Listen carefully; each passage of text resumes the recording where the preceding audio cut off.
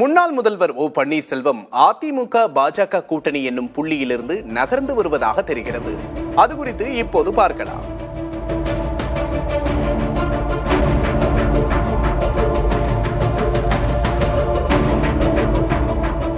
அதிமுகவுக்குள்ளேயே மீண்டும் இணையும் வாய்ப்பு அல்லது அதிமுக பாஜக கூட்டணியில் இடம்பெறும் வாய்ப்பு என்ற வாக்குறுதியையே இதுவரை முன்னாள் முதல்வர் ஓ பன்னீர்செல்வத்துக்கு பாஜக தலைமை கொடுத்திருந்தது.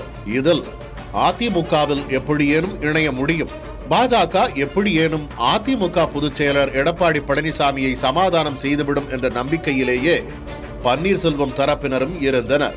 ஆனால் இந்த இரண்டு விஷயங்களுக்குமே அதிமுக பொதுச் செயலர் எடப்பாடி பழனிசாமி பிடிகொடுக்கவில்லை.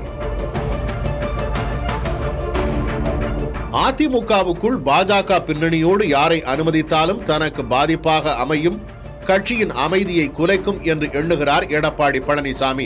ஆனாலும் பாஜக மட்டுமல்லாமல் கூட்டணி சார்ந்த பலரும் ஓ பன்னீர்செல்வம் தொடர்பாக அதிமுகவிடம் பேசி வந்தனர். அதிமுகவுக்கு உள்ளேயுமே ஓ பன்னீர்செல்வம், டிடிவி தினகரன் இருவரையும் கூட்டணி குடையிலேனும் கொண்டு வர வேண்டும், தமிழகத்தில் கணிசமான எண்ணிக்கையில் இருக்கும் முக்குலத்தூர் வாக்குகளை பெறுவதற்கு இது முக்கியம் என்ற எண்ணம் பலரிடமும் இருந்தது.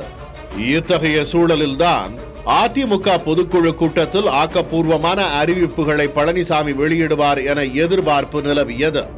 ஆனால் பழனிசாமி அது குறித்து ஒரு வார்த்தை கூட பேசவில்லை. தவிர சி.வி. சண்முகம் உட்பட அதிமுக மூத்த தலைவர்கள் கடும் சொற்களில் ஓ பன்னீர்செல்வத்தையும் தினகரனையும் மறைமுகமாக விமர்சித்தனர்.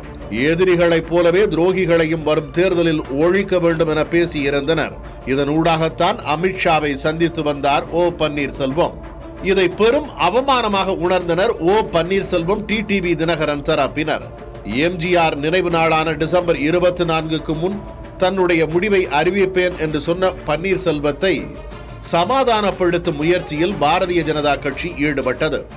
ஆனால் நமக்கு சுயமரியாதை முக்கியம், நமது பலம் என்னவென்பதை நாம் காட்டுவோம் என்று பன்னீர்செல்வம், தினகரன் தரப்பினர் தங்களது தலைமைகளிடம் வலியுறுத்தினர்.